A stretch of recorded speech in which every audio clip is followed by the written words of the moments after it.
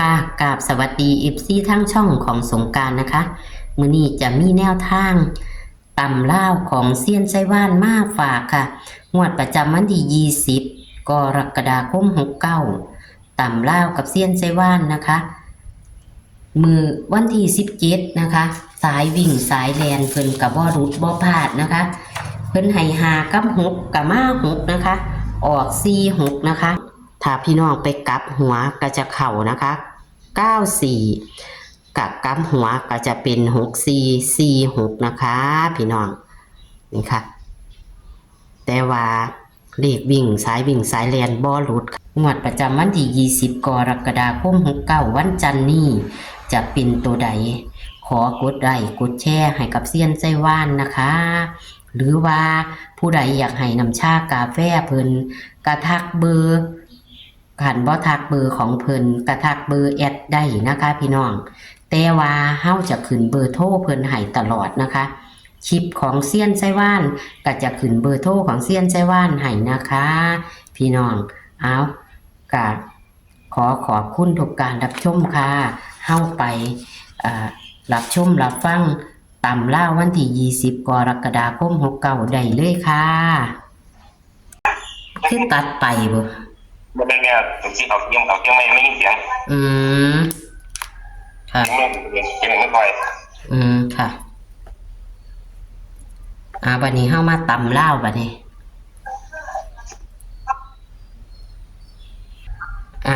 บัดนี้เฮาเอาเลขตำลาวค่ะ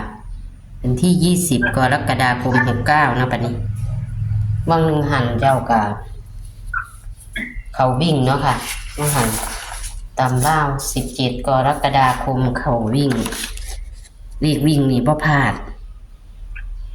ให้5กับ6มา4 6ให้6จับคู่โอ้ยกลับหัวตัวนี้แม่จับคู่เลข3ตัวแม่294แม่ค่ะเพิ่นกลับหัวเพิ่นก็สิได้อยู่ตัวนี้ค่ะแต่จับคู่เจ้าบ่ได้ให้ดิ64แม่นบ่แต่ว่ามันจะเป็นกลับหัวมันจะเป็น4 6ค่ะเอาวิ่งเลยค่ะวันนี้5ตัวเดียวค่ะ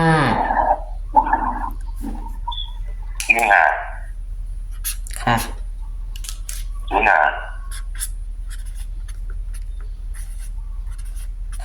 05 95เป็นตาคูเนี่ยรักต่อมา395เลข2 35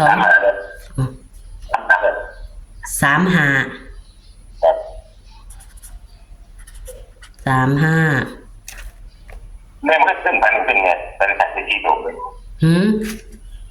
ขึ้นพันที่สูงเลยที่มีความฝันน้ำกะลงน้ำนี่เลยเนาะค่ะเนี่ยทางเขาตามเลยอย่างกับ39 33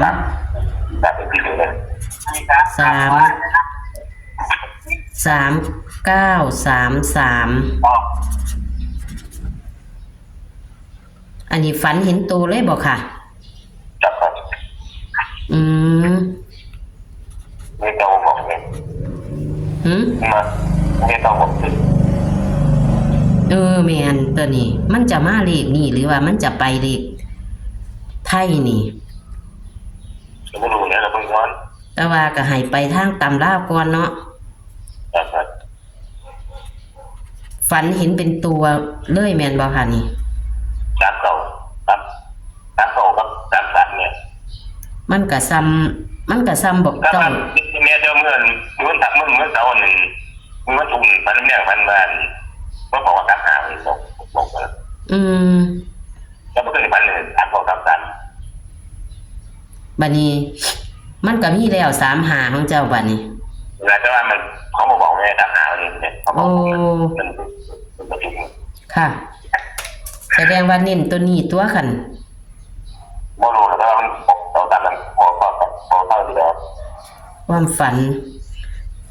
บัดนี้มาบอกอีกเมื่อคืนนี้พัน3933ครับมันก็เลยกลายเป็นเลข4ตัว ที่ตัวเล็กว่า ซื้อ4ตัวก็ได้ หรือว่าสิไปตัดซื้อก็ได้แม่นบ่แบบสบายครับเป็นสบาย เอาค่อยสิตัดให้นำเลย3933อันผู้ใดอยากซื้อ4ตัวก็ซื้อเพราะว่าเลขแต่ว่าทางข่อยมันซื้อบ่ได้ดอก4ตัวน่ะ เขาบ่ขาย ครับตามโหดด้วย แต่ว่า3ตัวขายอยู่3ตัวก็จะเป็น933แง่ หรือจะเป็น393เนาะ เป็นรู้แล้วอะไรก็ได้ มัน แต่ว่าแม่บอกว่ามันทุกวันเขาบอกแล้วแม่ตามหาเลยเขาบอกผมค่ะ ขึ้นมาเขาทำถึงนะตามความเป็นสัน แต่ว่าเลขประจำตัวเต้าน่ะมันก็ถามหาอยู่แล้ว ไม่รู้แล้ว คันมันตีกับ3หา3เต้า ไม่ที่หลังเนี่ยตรงนี้ เห็นอยู่หลังบ่ค่ะ ครับงานที่เดียว เห็น5ตัวเดียว ไม่ได้มาหาที่ไม่ได้มา ก็เข้าตัวที่เจ้าจับให้อยู่แล้วนี่หมดเลยจ้ะนี่จับมาคือมี4หางแม่นบ่ค่ะเลข2ตัว 3 หาง2 ตัวมี3 หาง3 ตัวมีหาง อันแต่ว่า3หานี่เจ้าฝันเห็นเจ้าก็เลยให้ลงแม่นบ่โอ้เลขฝันที่จริงเขาบอก3 หางเลยที่บอกผมเนี่ยคือมันจุกว่าค่ะเลขฝันคือ3หาแต่ว่าอันที่เจ้าจับค่ะอันนี้เจ้านิ่นตัวใดบ่นี่ที่เจ้า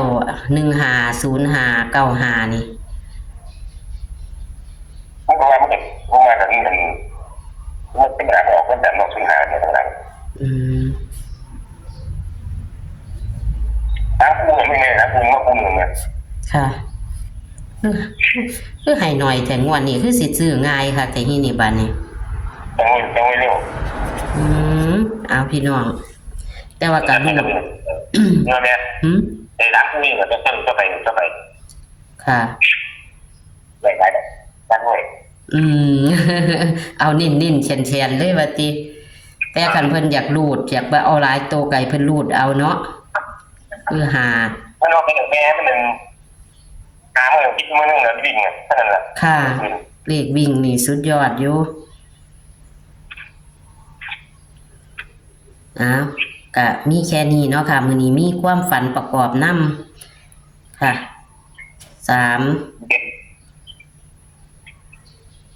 แต่ว่าตัวมักก็คือ05เนาะเขียนไว้เลยมัก05เลขฝันก็เขียนไว้ประกอบนำเลยเลขฝันตะวันที่ตะวันศุกร์ก็35เนาะเมื่อคืนนี่3933ฝันจังค่ะเตากับมาเขาเฮียนเพิ่นเตาปัจจุบันแล้วเตาใหญ่พี่น้องเตาใหญ่มาให้สู้เพิ่นเปิดประตูออกไปเลยเห็นเลยตีตำตึงเลยแม่นบ่ค่ะเก่าที่เราเรียนไปเตาใหญ่มาให้สู้ค่ะเตามาจังสีมีสู้ค่ะงวดนี้นะจักสิอันใดเข้าเนาะขอให้เข้าหมดทุกอันล่ะคันเพิ่นมาจังสิต้องมีโชคล่ะเลขก็ต้องเข้าเนาะแล้วเลขมันที่8เนี่ยมันเขาที่8ที่ค่ะค่ะมาเลขที่98อันนี้จะบ่เอาลงดอกพี่น้องมันจะลายตัวเพราะว่านี่เป็นดีคำนวณของเพิ่นกับความฝันค่ะก็ขอบคุณเด้อค่ะบัดนี้ค่ะเอาโชคเอาชัยมาให้ FC ขอบคุณค่ะสวัสดีค่ะ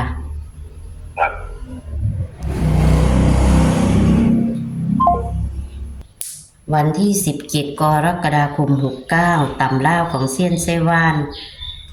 เพิ่นให้5 กับ 6นะคะ ตอนนั้นเสมอกันคันวิ่งรูดก็จะเข้า4 6เนาะค่ะพี่น้องเนาะวันที่17เด้อค่ะอันนี้วันที่20ตำล่าวกับเซียนไซว่านค่ะพี่น้องเพิ่นมีความฝันประกอบนำแอดกะเขียนผิดเด้อค่ะแต่มันเป็น39เด้อค่ะพี่น้อง3933นะคะแอดก็เลยตัดให้3933นี่มันเป็นความฝันเพิ่นเห็นเป็นโตเมื่อคืนนี้ไม่หมาดเด้อค่ะมันไปตรงเลขที่เพิ่นให้เลข3ตัวก็คือ395ส่วนเลขฝัน35นี่เพิ่นฝันได้ตะคืนวันศุกร์นะคะพี่น้องส่วนเลขจับคู่ของเพิ่นนี่มีแค่3หางค่ะมี1หามี1หามี0หา9หานะคะแล้วก็เลยเต้าเข้าบ้านเพิ่นนำพี่น้องลูกชายเห็นอยู่หลังเตาคือ0หาเพิ่นเลยมักตัวนั้นนะคะเตาบักใหญ่เลยพี่น้องเข้าบ้านเพิ่น3หาเป็นเลขความฝันเพิ่นเห็นวันศุกร์เด้อพี่น้อง3933นี่เพิ่นเห็น4ตัวเลยคือเมื่อคืนนี้นะคะเป็นเมื่อคืนนี้เพิ่นฝันนี่ก็คือคืนวันเสาร์มาหาวันอาทิตย์เด้อค่ะพี่น้องขอให้โชคให้หมานกับเซียนไซว่านนะคะในตำล่าวก็บ่รู้ว่าเลขความฝันเพิ่นมันจะเข้าตำล่าวบ่ไปหาตำไทยก็ได้เด้อค่ะพี่น้องเอาขอให้โชคให้หมานกับเซียนไซว่านนะคะในตำล่าววันที่20 กรกฎาคม 69นี้ค่ะโชคมันนะคะสวัสดีค่ะ